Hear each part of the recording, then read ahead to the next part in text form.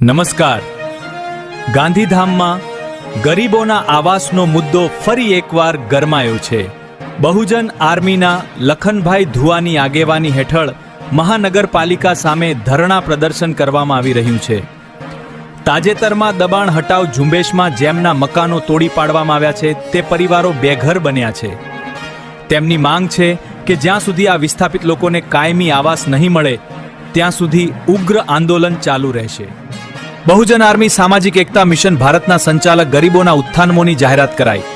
વધુ વિગતો માટે અમારા સંવાદદાતા મેદાન પરથી. જી જણાવો. આજે લખનભાઈ ધુઆએ મિશનના આગામી તબક્કા આપી, જેમાં સ્વાસ્થ્ય પર વિશેષ ધ્યાન કેન્દ્રિત કરવામાં આવશે. સ્થાનિક લોકોએ આ પહેલને બિરદાવી અને સંપૂર્ણ સહકારની ખાતરી આપી છે.